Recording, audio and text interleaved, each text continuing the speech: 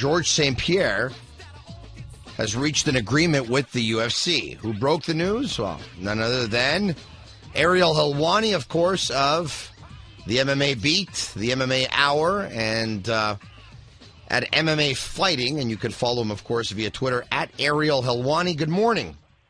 How are you, Tony? Thank you for having me. Well, thank you for joining us. Marinero, along with Sean Starr and Sean Coleman. We're with you until 10 o'clock. We're your morning show. I know you came out with the story, but I know George's agent, his handlers are saying, well, there's nothing official yet, and we don't really want to comment. So what can you tell us?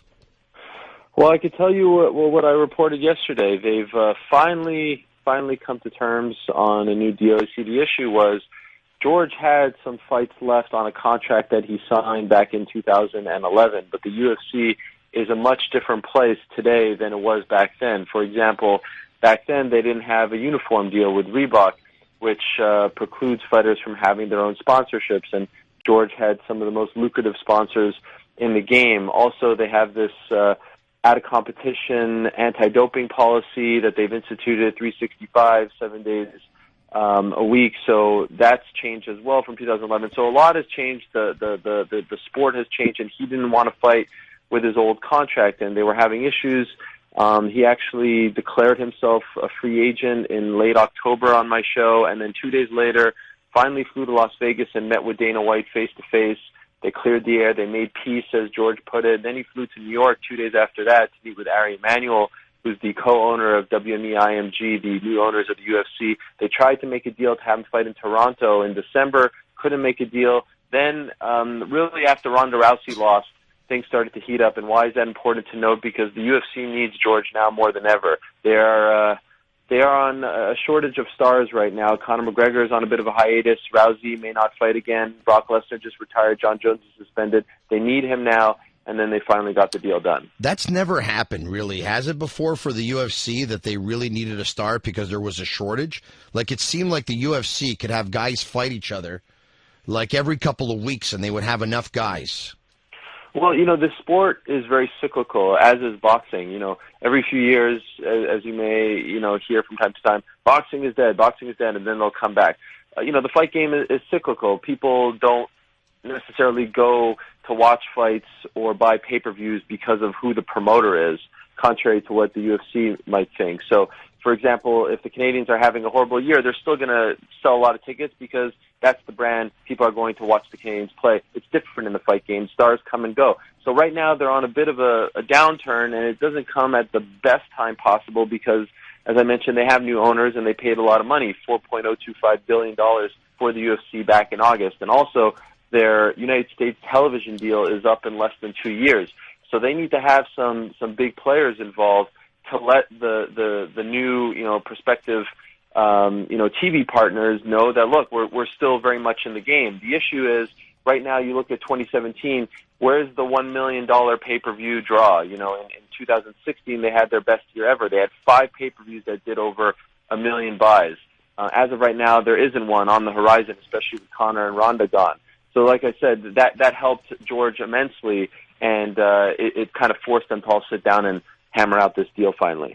Considering, as you said, the UFC is desperate, could George be making more money in this contract than he's ever made before in the UFC? And by the way, I appreciate, and like Mark Bergevin said, you ask good questions, Tony. I appreciate the question. But I don't think I said the word desperate. I just want to make, because people run with those headlines. They need him, but the company is not going to implode if they don't have him. You get what I'm saying? I mean, it's good to have him, but they will still figure out a way. They've had downturns before, so yeah, it's possible, certainly. I mean, he's made some good money back in the day. Here's the key for George. He's not a champion right now. And in the UFC, in the sport of MMA, that's when you make your most money, because when you're a champion, you get pay-per-view points. You just stand to make more than the non-champions, even if the non-champions are, potentially popular than the champions, so to speak. So he needs to get into a title fight. He needs to get a belt, and that's when he's really going to start to make more money. It is also important to note that the sport, the top draws, and that's thanks in large part to Conor McGregor, the top draws are making more money now than they ever were before, including 3.5 years ago when George was around. So yes, if he wins a belt, if he starts to go on a bit of a roll, I do believe he'll make more money now than he did back in the past. What would be the fight if George would come back that mixed martial arts fans would want to see? That is a fascinating question because, like I said, he wants a belt. Right now, he's considering 170 pounds and 185 pounds. The current champions in those divisions right now, 185, Michael Bisping, 170, Tyron Woodley. Tyron Woodley's fighting in less than a month in Las Vegas against Stephen Wonderboy Thompson, so who knows what happens there. He's obviously not coming back in the next 3 weeks. Michael Bisping has said repeatedly that he wants to fight George St. Pierre, and George St. Pierre has said that he wants to fight Michael Bisping. It's an opportunity to be just the fourth person in UFC history to hold the title in 2 different weight classes. It's a new, sort of challenge at 185. He always fought at 170. But Michael Bisping has sort of a fight on the table against a guy named Yoel Romero, who's a very scary individual, and no gimme fight. So I think it really all depends on who's the champion when he's ready to fight. Right now, they're targeting a third quarter return, perhaps in Toronto. Nothing has really been finalized, honestly, regarding his opponent, return date, etc. There has been talk of Anderson Silva. Anderson Silva just returned this past weekend. Didn't look like his usual self, but, won a fight, which I actually thought he didn't deserve to win, but there's always been this sort of teasing of a fight between him and Anderson Silva. The problem with that is Anderson's not a champion. There's also Nick Diaz out there. He's had a long history with him. And the Conor McGregor fight has been kind of floated out there as well. I think just having George back against Mr. X is great for everyone involved, but I would be very surprised if in his return fight he's not fighting for a belt. All right, Conor McGregor and Floyd Mayweather. It looked like a couple of days ago, it looked like this was going to happen. Everyone was talking about it, and then all of a sudden, Floyd sends out a tweet to Conor saying, you know what, you talk to your people at the UFC and then make them call my people, and we'll go from there. So is it or isn't it? Can I ask you a quick question before I answer that? Sure. How big of a deal is George's return to the Montreal sports scene? Because I know yesterday was a big deal in the sports scene here. Yeah. But I've often felt that he is the most underappreciated athlete in the history of Montreal sports, arguably the greatest fighter ever, and the guy can't get like a brief mention on the front page of the Montreal Gazette sports section.